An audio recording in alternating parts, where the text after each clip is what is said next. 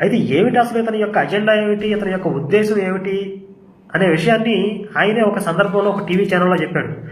అదేంటంటే, ఈ దేశంలో హిందుత్వాన్ని లేకుండా చేయాలి, భారతదేశాన్ని 1,00,000 కోట్లతో క్రైస్తవ రాజ్యంగా మార్చాలి అనే తన అజెండా గురించి చెప్పాడు. ఇది ఒక పక్క. ఇంకొక పక్క మరో రకమైన ప్రచారం జరుగుతుంది. అదేంటంటే, హిందూ గ్రంథాలలో కూడా మా దేవుడు ఉన్నాడు, హిందూ గ్రంథాలు కూడా మా దేవుడి గురించే చెప్తున్నాయని చెప్పి ఒక ప్రచారం.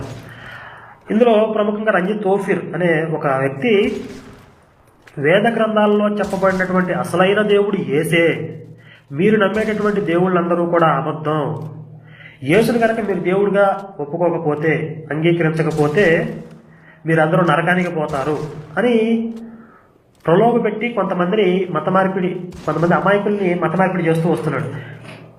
అంతేకాక